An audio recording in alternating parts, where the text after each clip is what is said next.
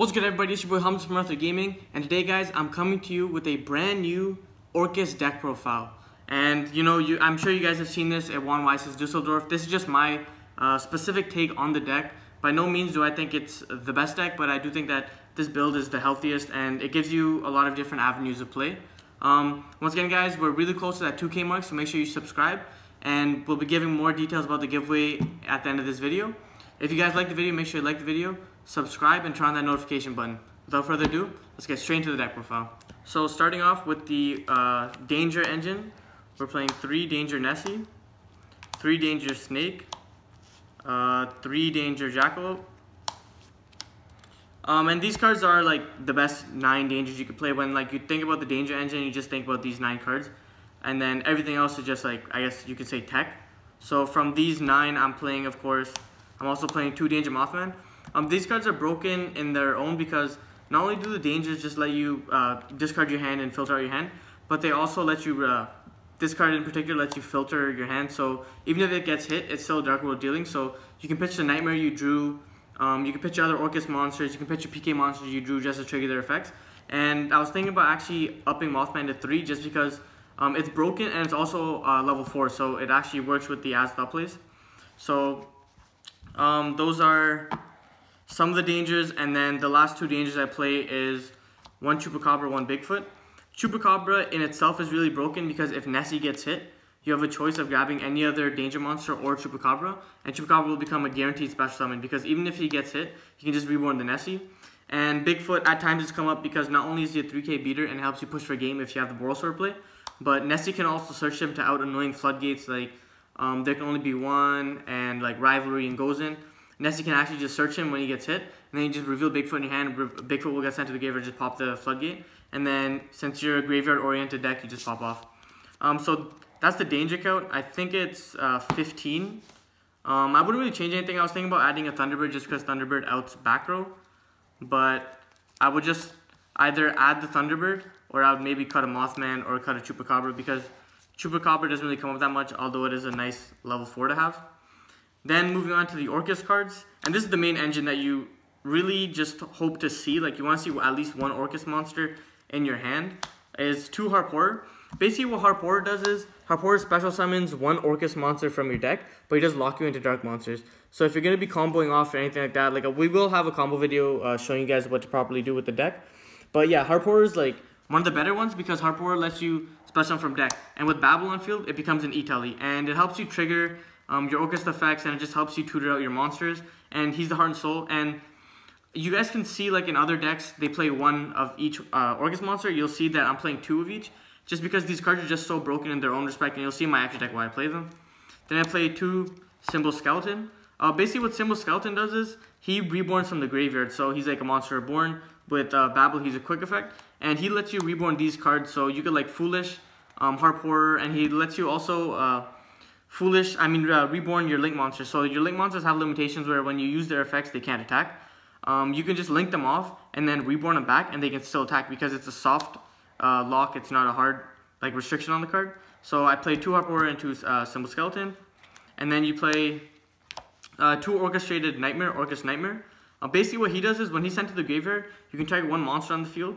You can mill 1, I believe it's an Orcust monster or a Dark Machine, and it gains 100 attack equal to the stars of the monster.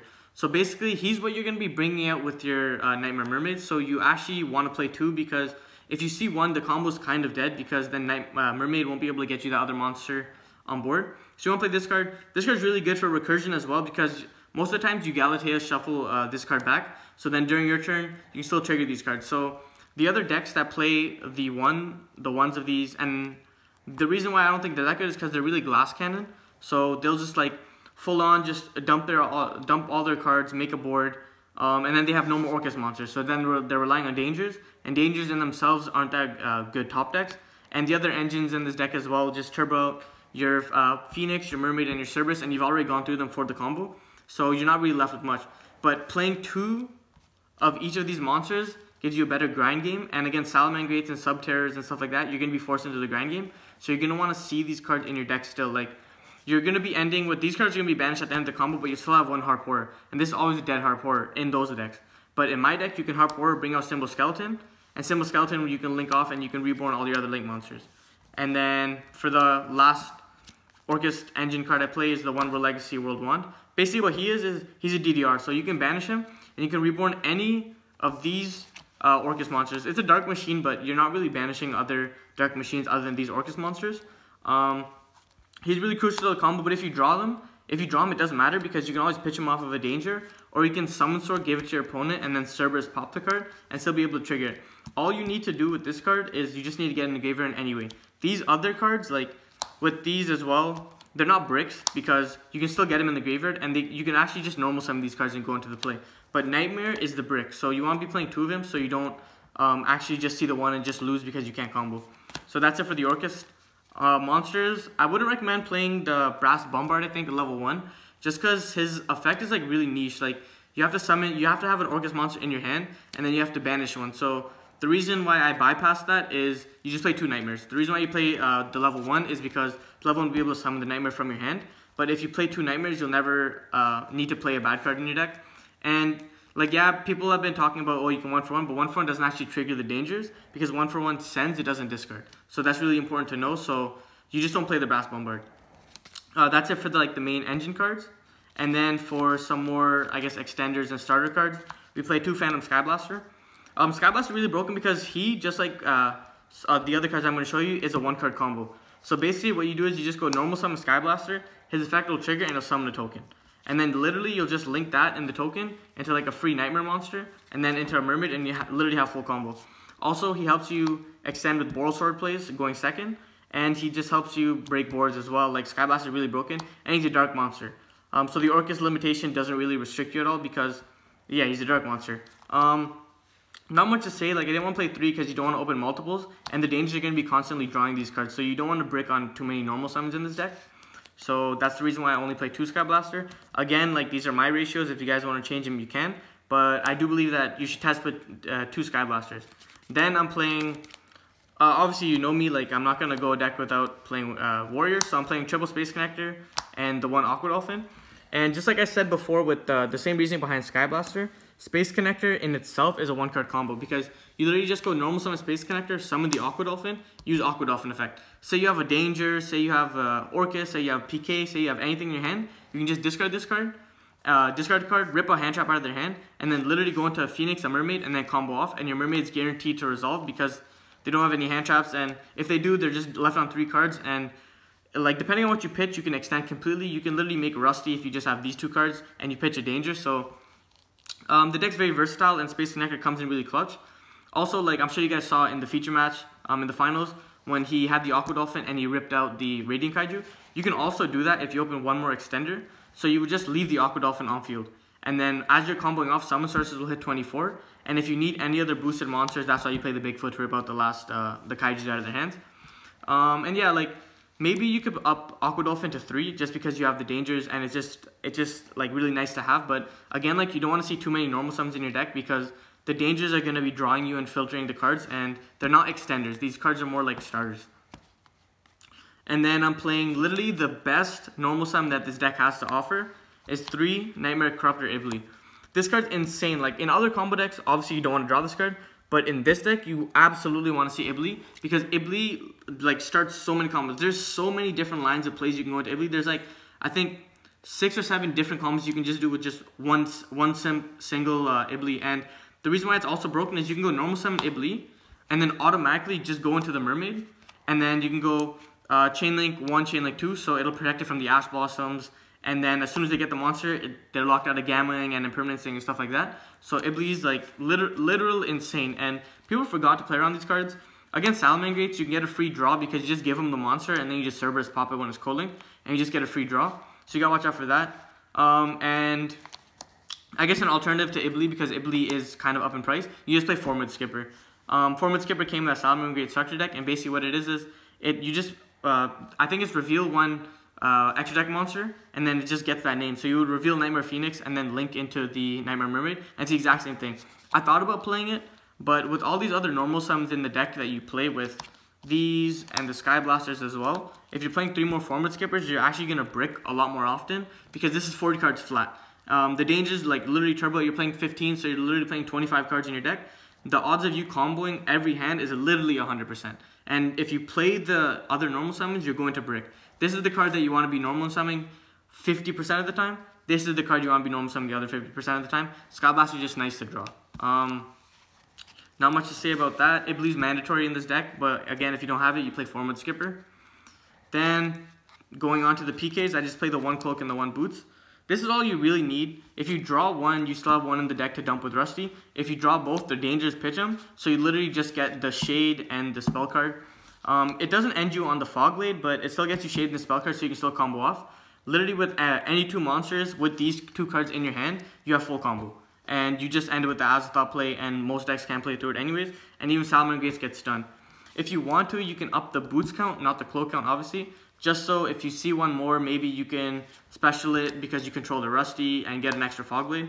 But I wouldn't really recommend it, I would just recommend these 2 cards. And then the last 2 tech cards I play are 2 Radiant Kaiju. So Radiant is really good because if you're going second, you literally just Kaiju them, Boros or OTK them. If you're going first and you're afraid of a hand trap, you can actually just summon sources this card out, targeting one of your feed monsters like a Chupacabra or something, and then while you have the Aqua Dolphin on board, you just rip the card out of their hand. And then you link this card with your summon sources target and summon sources into Rusty, and it's just free fodder like that. Radiant's a really good card. You can actually, if you're afraid of the Kaijus, you can summon sources this card to your side of the field, and then just make the Azathoth, and then they can't Kaiju you because you control Radiant. Yeah, and it's a restriction and stuff like that. Radiant's really good. And you don't really need to play 3 because, again, you're going to brick. Like, the danger is going to draw you into these cards anyways. And if there's a problematic monster like a Conductor Tyranno or like a Borlo Dragon, you just Kaiju it and kill it. So Radiant outs a lot of monsters. And that's it for the monster count. Going on to the spell cards, you play the 1 Monster Reborn and the 1 Foolish Burial. Not much to say here. Foolish is just like another extender because if your Mermaid gets ashed, you can still play Foolish Burial to get like another extender, like an Orcust monster, and just go straight into Galatea. And with the danger monsters, all you need is another dark monster to actually get into full combo. So that's really good. And Monster Reborn, like, it's just a free monster. Like, why wouldn't I play this card? You can Monster Reborn, they're bailing, so they can't protect. Then for the Orcust spells, you play the 1 Babble and the 1 Return. Babble is your turn 1 play. Basically what Babble does is Babble lets all your Orcust monsters have quick effects. So your Link monsters and your extra deck monsters. I mean, your Link monsters and your Graveyard monsters. This card's really underrated because it actually has a secondary effect that lets you recur the card. Basically, it's if this card's in the graveyard, except the turn it was sent to the graveyard, you can send 1 card from your hand to the graveyard and add this card back to your hand. And then you literally just activate Babble again. So that's the only reason why you play 1. You wouldn't want to terraforming this card or anything like that because Galatea literally tutors this card out from your deck. And then the 1 Orchestrated Return for the turn 2 play. Or if you just draw, this Babble, you can just get the return. And then you can send an Orcust monster to the graveyard to draw 2 cards. So, like, why wouldn't I play Pot of Greed? And, like, you shouldn't be playing any of the Orcust trap cards because they're not that good.